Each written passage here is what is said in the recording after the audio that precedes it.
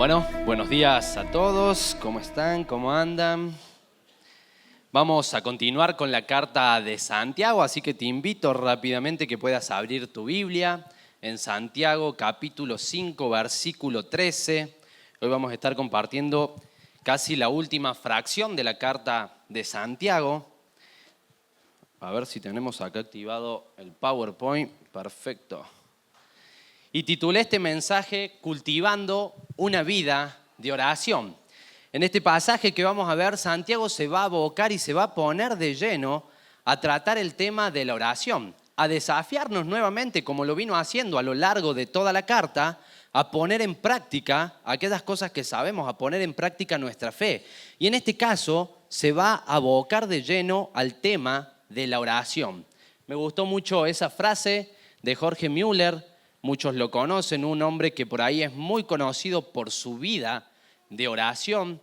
Él tuvo un orfanato alimentando más de 10.000 niños y lo hacía básicamente a través de las oraciones y el Señor le iba proveyendo. Es un testimonio impresionante el de la vida de él. Y él definió la oración de la siguiente manera. Dice, la oración no es solo una parte de nuestra vida cristiana, es la vida cristiana misma. No es algo accesorio. Y para mí la definición da en el clavo. Es el oxígeno de nuestra vida cristiana. Es aquello que necesitamos para poder vivir la vida cristiana. Es aquello que necesitamos para poner en práctica lo que sabemos también acerca de la vida cristiana. Si no oramos, es imposible poder vivir una vida que agrade a Dios. O es imposible poder vivir la palabra de Dios. Es esencial en la vida de todo hijo de Dios la oración. Y esto es algo en lo que todos tenemos para desarrollar y para crecer. Vamos a leer el pasaje, versículo 13. Dice, ¿está alguno entre ustedes afligido? Haga oración. ¿Está alguno alegre? Cante alabanzas. ¿Está alguno enfermo entre ustedes? Llame a los ancianos de la iglesia y oren por él, ungiéndole con aceite en el nombre del Señor. Y la oración de fe sanará al enfermo, y el Señor lo levantará. Y si hubiere cometido pecados, le serán perdonados. Confiesen sus ofensas unos a otros y oren unos por otros para que sean sanados. La oración eficaz del justo puede mucho. Elías era un hombre sujeto a pasiones semejantes a las nuestras, y oró fervientemente para que no lloviese, y no llovió sobre la tierra por 3 años y 6 meses. Y otra vez oró, y el cielo dio lluvia, y la tierra produjo su fruto. Nos vamos a centrar en estos 6 versículos, en donde 7 veces se hace referencia a la oración. Así que ya de entrada Santiago resalta claramente de qué es lo que él quiere hablar. Y es sobre la importancia de la oración. Orar es hablar con Dios, es uno de los medios de gracia que Dios ha dejado a cada uno de sus hijos para que nos podamos comunicar con Él, para que podamos interactuar con Dios, para poder tener comunión con Él. Ahora, fíjate, la oración es tan importante que Dios, en sus 3 personas, Padre, Hijo y Espíritu Santo, están involucrados cuando vos y yo oramos. Todo nuestro Dios poderoso en sus 3 personas interactúan en medio de la oración. Y cada uno incluso cumple un rol al momento de orar. Eso está claramente también definido en la Biblia. Para verlo rápidamente, no es algo en lo que nos vamos a detener mucho. Pero mirá, cuando oramos, lo primero que tenés que saber es que le hablamos al Padre en nombre del Hijo, en el poder y bajo la guía del Espíritu Santo. Y quiero que te puedas grabar eso en la mente. Le oramos al Padre en el nombre del Hijo, en el poder y bajo la guía del Espíritu Santo. Los discípulos le pidieron a Jesús, Señor, enséñanos a orar. Y Jesús les dice, ustedes cuando oren, orarán así. Padre nuestro que estás en los cielos, santificado sea tu nombre. Y lo primero que Jesús resalta es a quién le oramos. Cuando nosotros vamos a orar, le estamos hablando a la primer persona de la Trinidad, al Padre. Es a nuestro Padre Celestial a quien dirigimos nuestras oraciones. No le oramos al Hijo, no le oramos al Espíritu Santo. Nuestras oraciones van dirigidas hacia el Padre. ¿sí? Fíjense en Mateo 6:6, dice, mas tú, cuando ores, entra en tu aposento y cerrada la puerta, ora a tu Padre que está en secreto. Y tu Padre que ve en lo secreto te recompensará en público.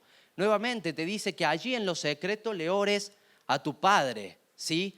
A nuestro Dios, pero puntualmente a la primera persona de la Trinidad. El Padre es aquel que recepciona tus oraciones y mis oraciones. Ahora, para yo poder acercarme a Dios, para poder acercarme al Padre, necesito del Hijo.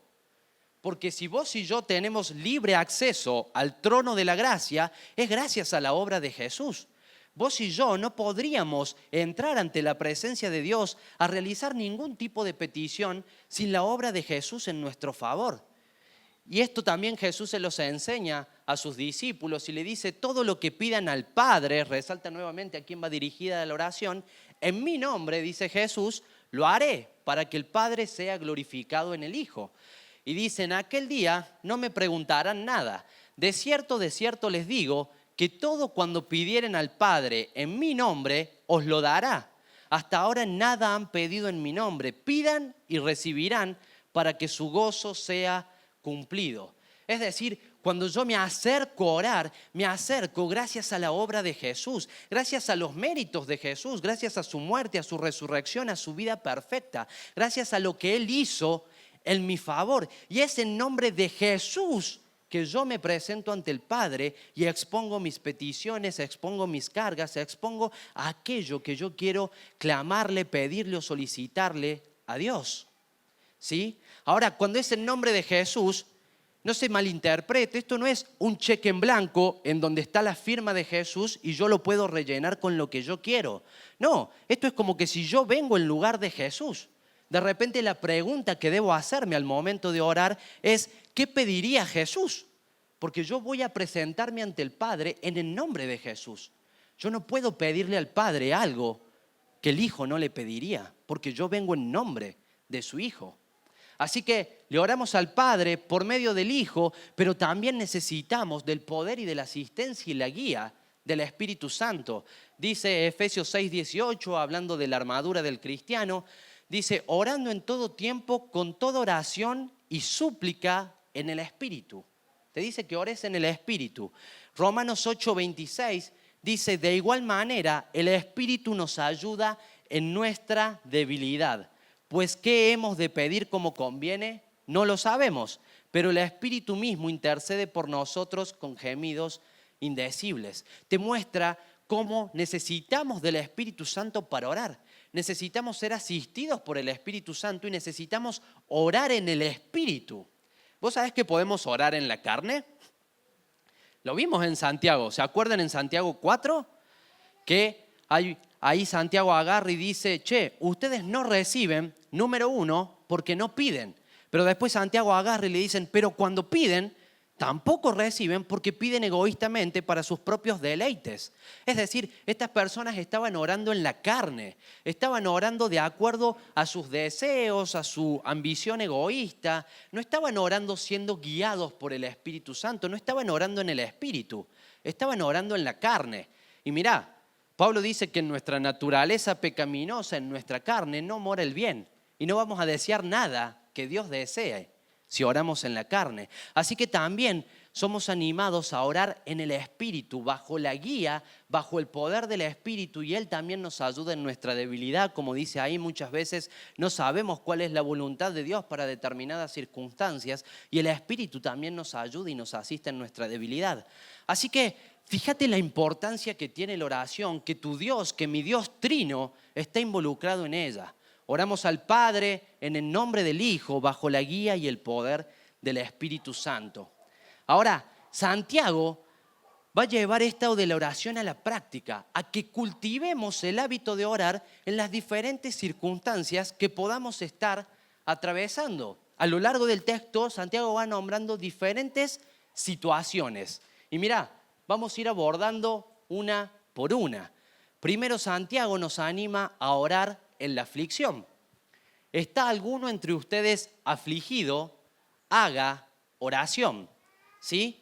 lo primero que nos anima Santiago es que si estamos pasando un momento difícil, una circunstancia que de alguna manera no la deseamos, nos gustaría que no existiera, no atravesarla, porque de alguna manera me causa dolor, me causa aflicción, quizás me desgasta, quizás anímica y emocionalmente me está consumiendo, me está desgastando, me está generando un dolor en el alma, ¿sí? Hay situaciones a lo largo de nuestra vida que podemos atravesar y que no son nada gratas, que son feas, que traen sufrimiento, que traen dolor.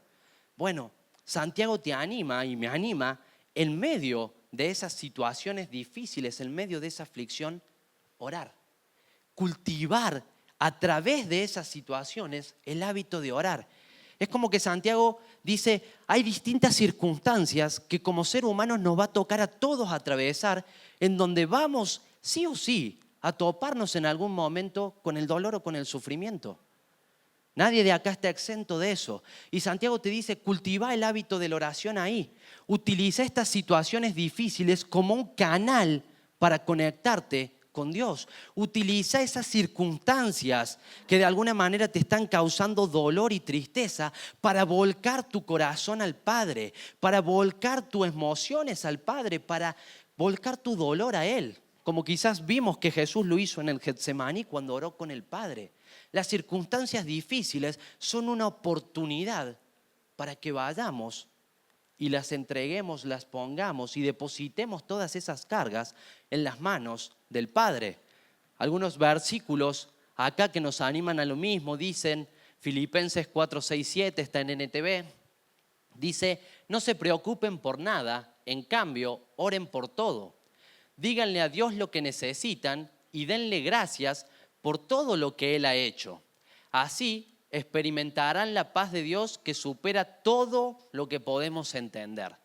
La paz de Dios cuidará sus corazones y su mente mientras vivan en Cristo Jesús. Y Pedro añade también, pongan todas sus preocupaciones y ansiedades en las manos de Dios, porque Él cuida de ustedes. Mateo nos hace reflexionar en el carácter de nuestro Padre. Dice, ¿quién de ustedes, si su hijo le pide pan, le da una piedra? O si su hijo le pide pescado, le da una serpiente. Pues si ustedes, que son malos, saben dar cosas buenas a sus hijos, ¿cuánto más su Padre que está en los cielos dará buenas cosas a los que le pidan? Y mirá, Dios nos anima en medio del sufrimiento, en medio de la aflicción, en medio de esas situaciones que para nosotros son indeseadas, nos anima a que nos conectemos con Él. Nos anima a que agarremos esa aflicción, esa ansiedad, esa carga, ese estrés, esa mochila con la que yo estoy cargando, para lo cual no fui diseñado. Yo no fui diseñado para cargar eso, pero sabes que los hombros de Dios fueron diseñados para cargar cualquier cosa. Y Él te anima a que pongas tu fe en práctica, a que esa confianza que decimos tener en nuestro Dios la pongamos en la práctica al llevar estas situaciones y ponerlas en sus manos. Y Él promete dar paz en el corazón, esa paz que sobrepasa todo entendimiento. Esta paz es inexplicable porque viene de parte de Dios, es la paz de Dios. Y podemos estar viviendo una situación muy fea, muy aflictiva, muy difícil, pero vos sabés que la podés atravesar con paz en la mente y en el corazón. ¿Sabés que la podés atravesar de alguna manera, de una manera más liviana? ¿Por qué? Porque has decidido depositar todas estas situaciones en las manos de Dios. Mirá, cuando uno ora, está mostrando dependencia a Dios. Cuando uno no ora, está mostrando independencia. No oro porque básicamente no quiero depender de Dios. Una persona que va orándole a Dios sobre los distintos aspectos de su vida y sobre cada cosa que va sucediendo en su vida, es una persona que está buscando depender de Dios en cada uno de los aspectos de su vida, que está buscando hacer la voluntad de Dios para cada una de las áreas de su vida. Y eso también lo hace en la aflicción. En la aflicción Dios nos anima a orar, a recordar lo que dice Pedro. Él tiene cuidado de vos. Dios no es indiferente ante tu dolor. Dios no es indiferente ante tu sufrimiento.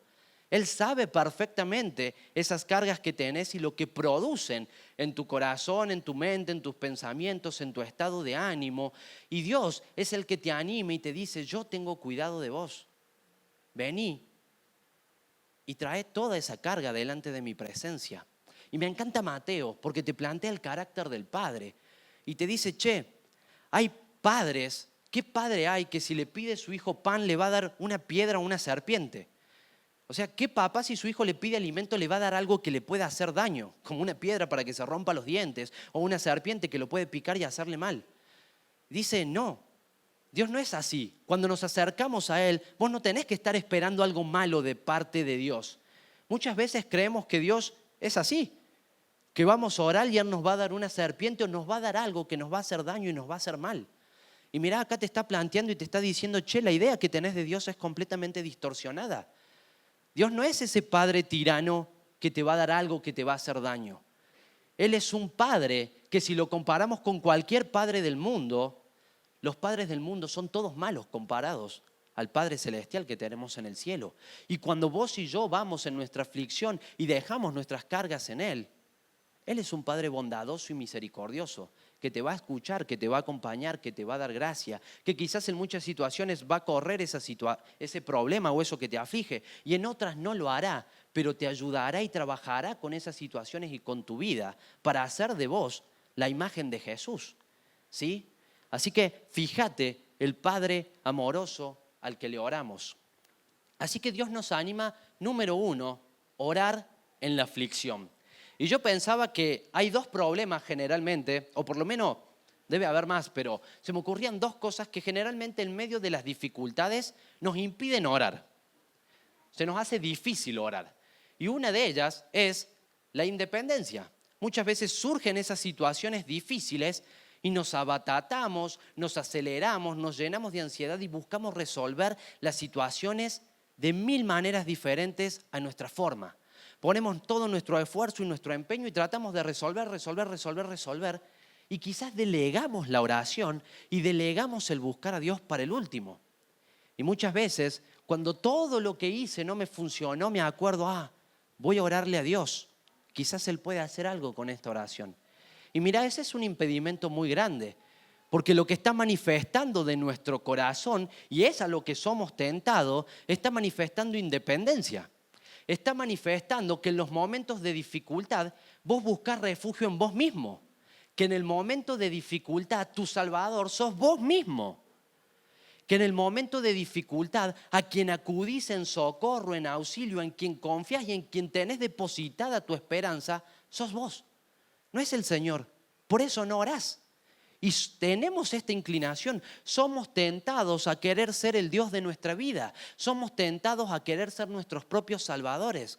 Pero qué distinto es cuando entendemos esto y en el momento de aflicción y de dificultad, lo primero que hacemos es volcarlo en oración al Señor y buscar su guía y su dirección para resolver, atravesar o ir guiándonos en medio de esas circunstancias. Pero qué bueno es no delegar la oración para el último, no delegar la oración como si fuera un plan B porque no me queda otra alternativa.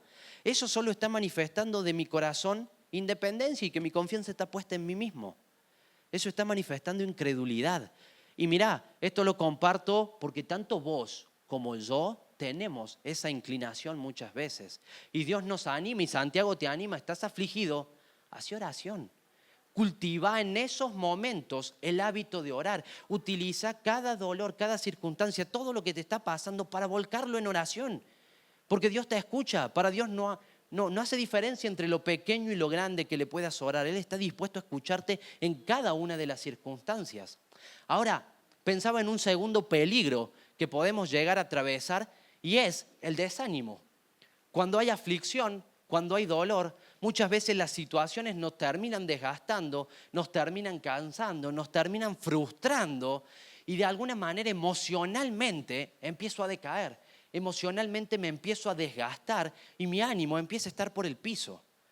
Y ya de repente, cuando veo mi estado de ánimo y mis emociones, no tengo ganas de orar. Estoy desanimado, estoy triste, estoy mal por esto que me está sucediendo. Y en vez de llevar eso a los pies de Dios, en vez de llevar mi angustia y mi dolor y mi tristeza y hasta mi desánimo de ser sincero con el Señor y venir y decir, Señor, estoy desanimado. Te digo la verdad, me cuesta orar, no tengo ganas de orar, emocionalmente estoy mal, en vez de ser sincero y buscar al Señor, e incluso en ese estado, buscar el auxilio y el socorro del Señor para que te sostenga, somos inclinados, somos tentados a no orar, a decir, ya está, a caer en el desánimo y en la incredulidad. No voy a orar porque al fin y al cabo siempre las cosas fueron así. ¿Para qué voy a orar si esto no va a cambiar nunca? ¿Para qué voy a orar si no tiene sentido? Y tu corazón y tu mente se llenan de esos pensamientos. O decime si no. Nos llenamos humanamente de esos pensamientos en esos momentos que estamos allí muy abajo. Y es ahí en donde el Señor te dice, no, utiliza hasta tus emociones. Cuando estás abajo, cuando estás arriba, en el momento en el que estás, utilízalo como un canal para orar. Cultiva allí el hábito de la oración. Cultiva el depender de Dios en oración. Porque tu corazón y mi corazón van a tender a querer ser independientes. Van a tender a querer resolver las cosas a su manera y ser su propio Dios. Pongamos en práctica lo que Santiago nos viene animando a lo largo de todo este libro. Pongamos en práctica nuestra fe. Oremos en esos momentos. No te entregues al desánimo. No abraces el desánimo. No abraces la autocompasión. Está bien que estés desanimado, porque déjame decirte que todos tus hermanos, todos en determinados momentos estamos así.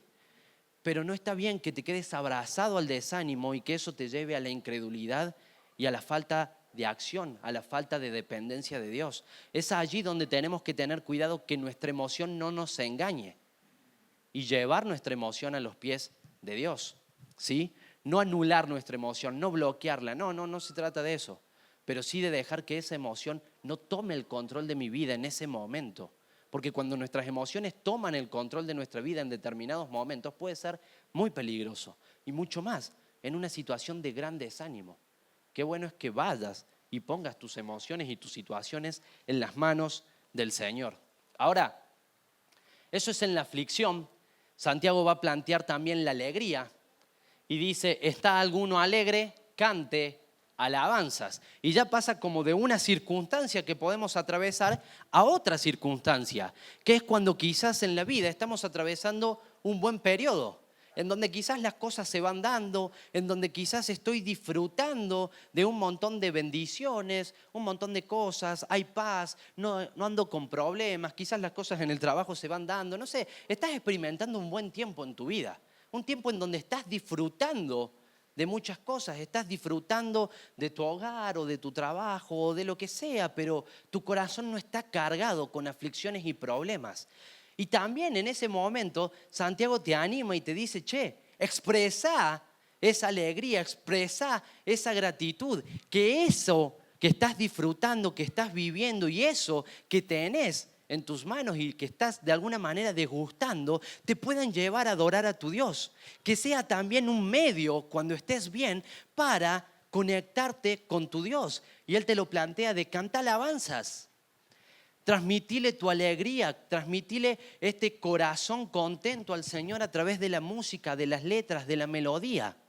Vos sabés que yo pensaba que cuando cantamos alabanza de alguna manera estamos orando también. No es lo mismo, pero estamos orando también. Porque si de repente yo agarro y le canto una canción a Brenda, yo le estoy comunicando algo a mi esposa. A través de la música, a través de la melodía, a través de las palabras, pero hay un mensaje claro que yo le estoy comunicando a ella. No es que yo no estoy hablando con ella si le transmito algo. Estoy haciendo otro tipo de comunicación. Solo que va acompañada de melodías, de ritmo, de letras. Pero yo me estoy comunicando, estoy teniendo intimidad con ella. Con Dios es exactamente lo mismo. Cuando alabamos, cuando cantamos, cuando estamos alegres, Santiago nos anima a, manifestalo en alabanza, en gratitud, en cantarle al Señor. Manifestalo en oraciones también. Transmitile al Señor eso que hay en tu corazón, dale las gracias, reconoce las misericordias de Dios sobre tu vida, reconoce a Dios sobre este hermoso tiempo que te está permitiendo disfrutar y vivir, reconoce quizás como en el Salmo 103 que el salmista se dijo a sí mismo, bendice alma mía Jehová y no olvides ninguno de sus beneficios, porque Él es quien corona de favores tu vida.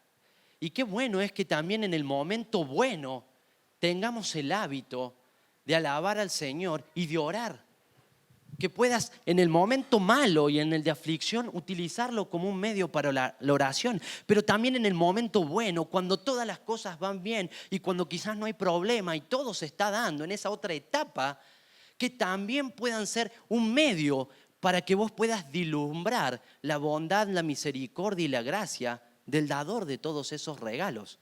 Vos sabés que todas las bendiciones de las que disfrutamos no son un fin en sí mismas, son un medio que te apunta al corazón del dador de esas bendiciones que vos podés estar disfrutando. Son un medio que te apunta a la bondad, a la misericordia, a la gracia de nuestro Dios. Así que en los momentos buenos también es importante cultivar el hábito de la oración. Es importante orar, es importante cantar. Y yo pensaba que también en el momento bueno hay peligros. Se me ocurría un peligro. Así como en el momento de aflicción hay tendencias peligrosas en nuestra alma que nos pueden llevar a alejarnos del Señor, cuando las cosas están bien, también las hay. Vos sabés que en Deuteronomio 8 Dios le va a hablar a su pueblo y le va a decir a este pueblo: miren, yo los voy a llevar a una tierra prometida, y el Señor les empieza a decir: en esa tierra van a tener leche, van a tener miel, en esa tierra van a prosperar económicamente, van a hacer casas, sus riquezas van a aumentar, van a tener paz, van a disfrutar de todas un montón de bendiciones. Va a ser un tiempo de alegría, va a ser un tiempo bueno, y el Señor les está diciendo: todo esto les espera en esto que yo les estoy por dar. Pero el Señor les hace una advertencia y les dice: pero en ese momento tienen que tener muchísimo cuidado. ¿Cuidado con qué, Señor? Tengan cuidado de no olvidarse de mí. Porque vos sabés que en los momentos buenos tendemos a querer olvidarnos del Señor. Lo que ya no hay problemas, no hay situaciones difíciles, no sucede quizás nada bueno y estoy disfrutando de un buen tiempo en mi vida, quizás no veo la necesidad de orar. Porque las cosas van bien. No se me ocurren cosas por qué depender en oración del Señor. Y vos sabés que cuando las cosas van bien podés ser tentado a apartarte también del Señor, a independizarte, a dejar la oración de lado. Porque la oración es para cuando estoy mal. Y allí yo busco al Señor, pero ahora que estoy bien, ya no lo busco. Y vos sabés que muchas veces somos así. Somos ingratos. En los tiempos buenos, cuando vienen las bendiciones del Señor, nos olvidamos del Señor.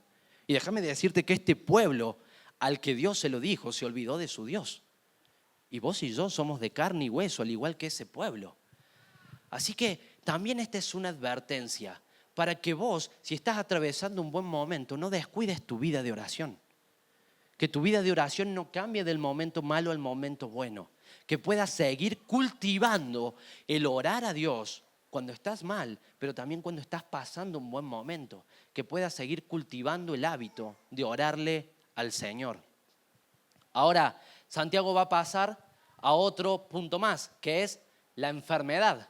Pasa de la tristeza, a la aflicción, a la alegría, y ahora se mete en la enfermedad y dice Santiago: si está alguno enfermo entre ustedes, llame a los ancianos de la iglesia y oren por él, ungiéndole con aceite en el nombre del Señor. Y la oración de fe sanará al enfermo y el Señor lo levantará. Y plantea un tercer escenario, Santiago: una persona que está atravesando una enfermedad, algo a lo cual todos nosotros estamos sujetos. Quizás hoy no estás enfermo, o quizás sí, pero todos nosotros estamos sujetos a poder pasar algún tipo de enfermedad. Algunos creen, con respecto a este pasaje, que se refiere a una persona muy enferma, porque hasta dice que llame a los ancianos, es decir, a los pastores.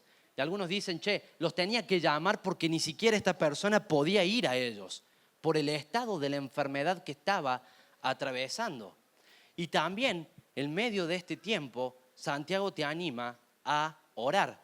Y fíjate, va pasando de la oración individual que cada uno tiene y de repente se va a meter más a una oración congregacional, en donde ya involucra a la iglesia, involucra a los pastores. Está involucrando ya no solo una oración personal, sino el compartir esto quizás para que congregacionalmente, y quizás acá por medio de los líderes de la iglesia, los pastores, se puede estar orando por esta persona que está atravesando una enfermedad.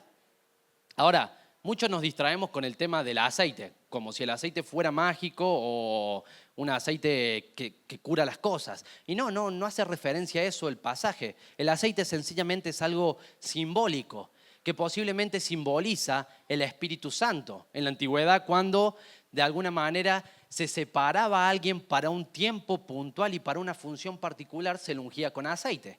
Vas a ver a Moisés ungiendo con aceite a Aarón para separar a esta persona para el sacerdocio. Vas a ver a Samuel ungir a David para separarlo para un tiempo especial que iba a ser el reinado. Vas a ver a, no sé, Elías ungiendo con aceite a Eliseo para que siga siendo el profeta que lo va a reemplazar. Y todos hablan de una separación, de una consagración, algo que se separa para una función o un propósito particular. Y acá está apuntando a lo mismo, a separar a esta persona en oración, ponerla delante de la presencia del Señor para orar por ella, ¿sí? Para que Dios obre, para que Dios manifieste su voluntad sobre la vida de esta persona, para que Dios, si está en su voluntad, pueda derramar sanidad. Vos sabés que Dios muchas veces hace su voluntad y en realidad siempre hace su voluntad por medio de nuestras oraciones. Fíjate, y quiero centrarme en el Padre Nuestro, acá en Mateo 6:9, cuando Jesús les enseña a orar, les dice, ustedes orarán así: Padre nuestro que estás en los cielos, santificado sea tu nombre. Y fíjate, venga tu reino, hágase tu voluntad como en el cielo, así también en la tierra. De alguna manera te está enseñando que la oración lo que busca es que se haga la voluntad de Dios. Cuando vos orás, lo que estás de alguna manera invocando es a nuestro Dios todopoderoso, pero para que haga su voluntad sobre mi vida, sobre las circunstancias que les pongas y también en este caso sobre la vida de un enfermo. Y el Señor muchas veces puede utilizar la oración para hacer así y levantar a un enfermo de su lecho. Y mirá, el Señor puede sanar de una manera milagrosa, es decir, con algo sobrenatural a una persona que está atravesando una enfermedad, como también, y es igualmente glorioso, lo puede hacer por los medios naturales que Él ya ha establecido, como son la medicina, como es los médicos, como son los medios comunes y que todas las personas utilizamos y a través de los cuales somos bendecidos. Tanto uno como lo otro viene del Señor y el Señor puede derramar sanidad, ya sea de una manera milagrosa como a través de medios naturales, y Él debe llevarse la gloria en ambos casos. Ambos casos son igualmente gloriosos y en ambos casos nuestro corazón debería estar desbordando de gratitud hacia el Señor, porque Él lo puede hacer de la manera que quiera. Pero qué importante es como iglesia orar por los enfermos, orar por aquellos hermanos que están atravesando una situación dificultosa, que su estado de salud es muy grave. Es bueno orar por sanidad. Ahora, sí, hay que complementar este pasaje porque vos te podés quedar con la idea de que si se ora por alguien que está enfermo, sí o sí se va a levantar y sí o sí va a ser sanado. Y quizás lo que ya tenemos algunos años en la iglesia o caminando con el Señor, nos hemos dado cuenta que no siempre es así. Que muchas veces hemos tenido la fe de que el Señor lo puede hacer y sin embargo dentro de los designios y los propósitos de Dios estuvo en no hacerlo y tomó otro camino. Fíjate lo que dice 1 de Juan 5:14 para complementar esto. Y esta es la confianza que tenemos en Él, que si pedimos alguna cosa conforme a su voluntad, Él nos oye. Y esto se aplica al tema de orar por los enfermos. Si yo oro por la sanidad de alguien y eso está en la voluntad del Señor, el Señor va a levantar al enfermo y va a obrar sanidad. Porque mi oración se alineó a la voluntad de Dios. Y siempre, siempre que tu voluntad se alinee a la voluntad de Dios, el Señor promete que lo va a hacer. Porque cualquier cosa que pidamos en su nombre, en el nombre de Jesús, que sea la voluntad de Dios y que sea para la gloria de Dios, el Señor lo va a hacer. Pero sabes que muchas veces también el Señor decide no hacerlo. Hay veces que el Señor dice no. Y es duro encontrarnos con eso. Creo que a más de uno nos ha pasado orar por alguien al que quizás amamos, queremos, deseamos, que está atravesando una enfermedad y haber estado muchísimo tiempo clamando por sanidad. Y no experimentar la sanidad. ¿Y qué está pasando? ¿Es que mi fe no fue la suficiente? No, no pasa por ahí.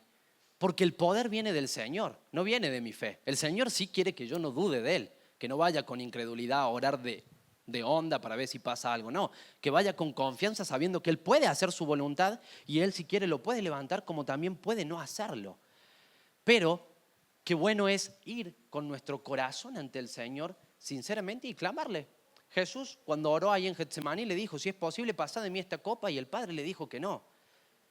Y parece malo, pero nosotros entendemos el propósito que hubo atrás de ese no.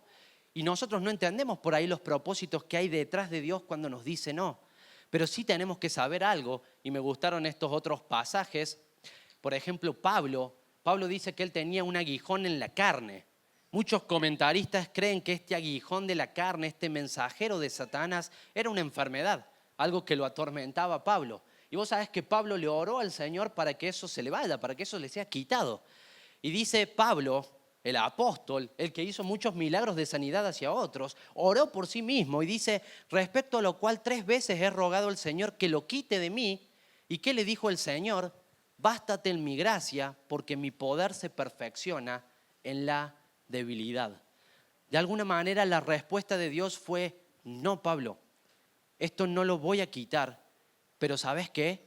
Te voy a dar la suficiente gracia, te voy a dar el suficiente favor. Mi presencia va a estar contigo, mi favor, mi gracia no te van a faltar y yo voy a estar con vos para acompañarte a atravesar esa situación. Y mirá, el Señor puede derramar sanidad o el Señor te puede derramar la suficiente gracia sobre tu vida para acompañarte, fortalecerte, estar con vos para atravesar esa situación difícil y esa enfermedad.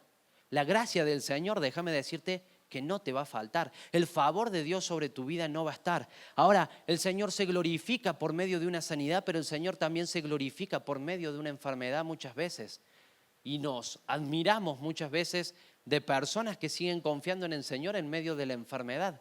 Y a esto nos anima también este pasaje, a orar en medio de la enfermedad, a ir en medio de una enfermedad al Señor y clamar en oración a Él, ¿sí? Y hacerlo con fe, sabiendo que le oramos a un Dios poderoso, que puede hacerlo si mi oración está dentro de su voluntad, o puede no hacerlo y derramar la gracia suficiente para que esa persona atraviese eso. Pero ¿sabes qué? Yo pensaba en personas que pueden estar atravesando enfermedades y qué fácil es pararse y decir, che, el Señor puede decir que no, pero qué difícil es estar del otro lado. Y por eso hago énfasis en que el Señor no te va a fallar con su gracia, con su misericordia y que Él te va a acompañar. Y también te animo a que puedas poner tu esperanza en lo que Jesús ya ganó por vos. Porque mirá, de este lado de la eternidad podemos pasar aflicción, pero del otro lado de la eternidad el Señor va a recompensar tu fe, ¿sí? Y va a darte una vida eterna donde ya no va a haber sufrimiento, enfermedad, no va a haber lágrimas, un cuerpo semejante al de su Hijo en gloria. Y la enfermedad va a ser algo que se va a quedar de este lado de la eternidad, pero del otro lado de la eternidad nos espera una eternidad de disfrute junto a nuestro Señor, sin nada de estas cosas que nos afligen en este mundo.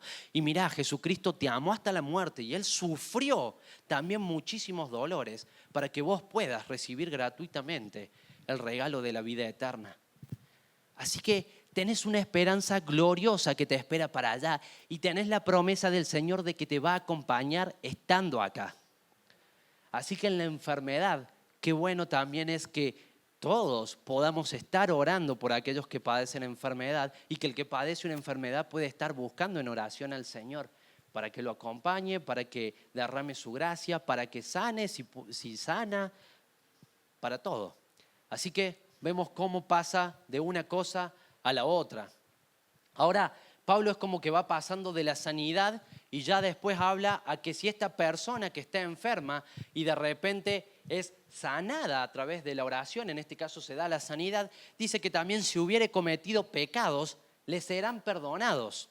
Y dice, confiesen sus ofensas unos a otros y oren unos por otros para que sean sanados. Es decir, es como que pasa de una restauración y de una sanidad física a una restauración y una sanidad espiritual al mismo tiempo. Porque habla de confesar los pecados y de que el Señor también nos va a perdonar. Y mirá qué bueno también es cuando sucede esto.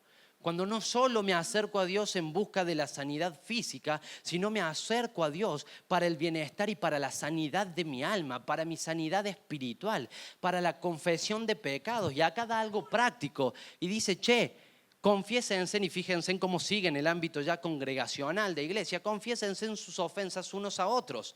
Es decir, si yo ofendí a Joel, que yo vaya y le confiese mi pecado y me disculpe.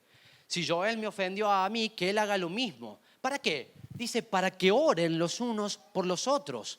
Fíjate que la oración, la confesión, trae restauración entre las relaciones.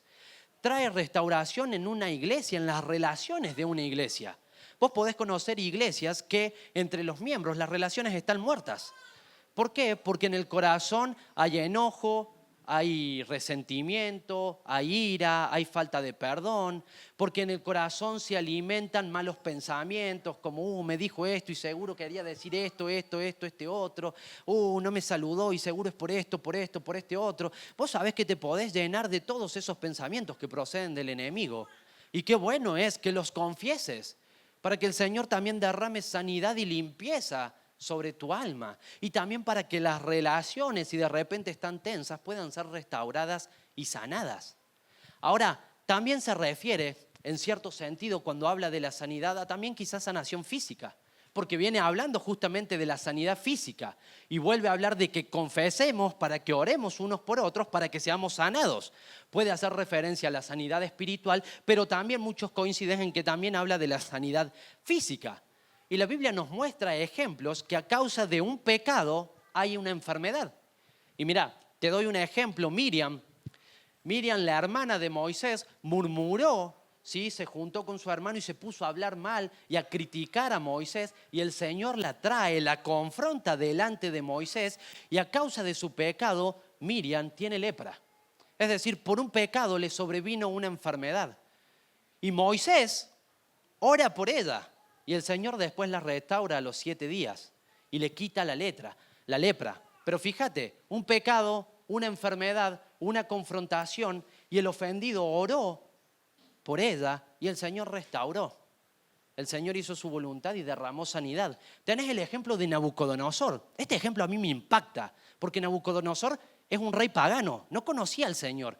Y dice que a causa de su orgullo, el Señor lo entregó a una enfermedad mental durante 7 años. Este hombre perdió la razón y vivió como una bestia. El rey de la nación más poderosa de la antigüedad vivió 7 años como una bestia, divagando sin entendimiento y sin razón a causa del pecado de su orgullo. Y dice que pasado estos años, el Nabucodonosor vuelve en sí y confiesa su pecado.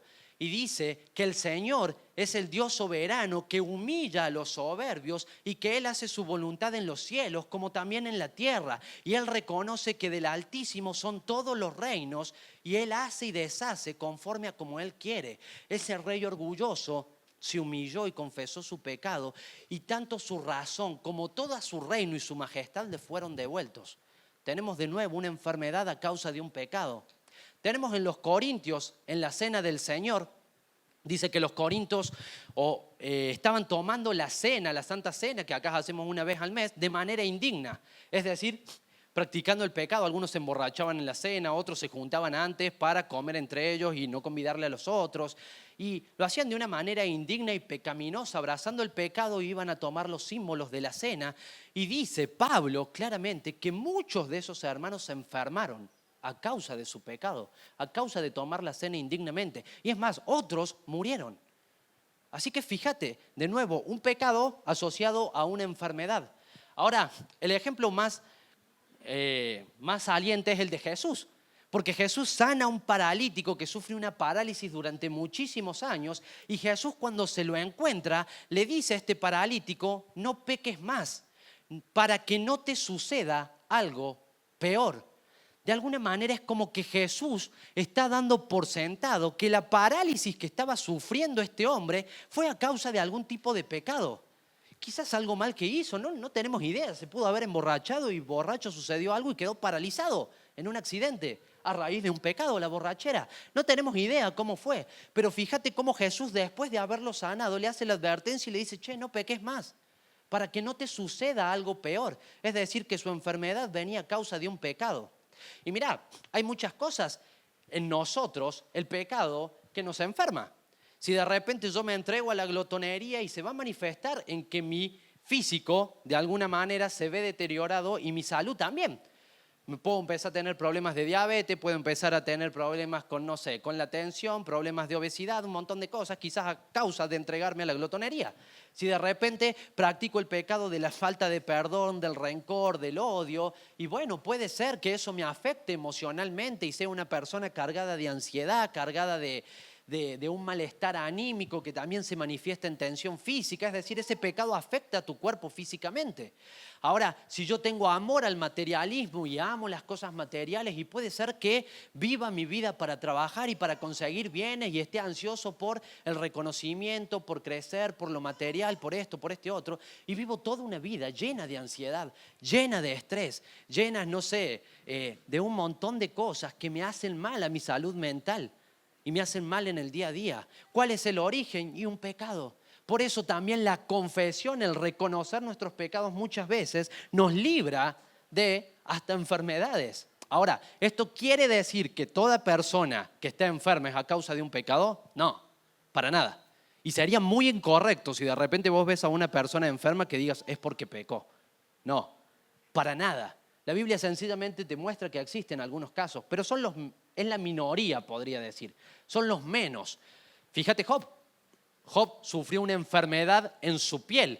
Ahora, esa enfermedad en su piel, vinieron sus amigos y sus amigos lo estuvieron instigando todo el tiempo para que confiese su pecado. Y la Biblia te dice que Job no había pecado, que era hombre recto, temeroso de Dios, que hasta cuando le pasaron todas esas cosas malas, él adoró al Señor, no pegó con sus labios y no le atribuyó despropósito alguno a Dios. Así que fíjate este hombre, y sufrió una enfermedad. Eso te muestra también que no podemos juzgar en base a eso, pero sí es bueno saber que la confesión nos ayuda muchas veces a experimentar libertad, libertad espiritual, libertad almática, que se manifiesta también muchas veces en sanidades físicas. Así que también nos anima el Señor a confesarnos unos a otros nuestros pecados. Y por último, para ir terminando, nos dice que la oración eficaz del justo puede mucho. Y nos da el ejemplo de Elías. Y mirá, la oración eficaz del justo puede mucho, no por mis palabras, no porque yo sea un crack, no por no sé, por las palabras que utilizo y con el énfasis y la fuerza que oro, no.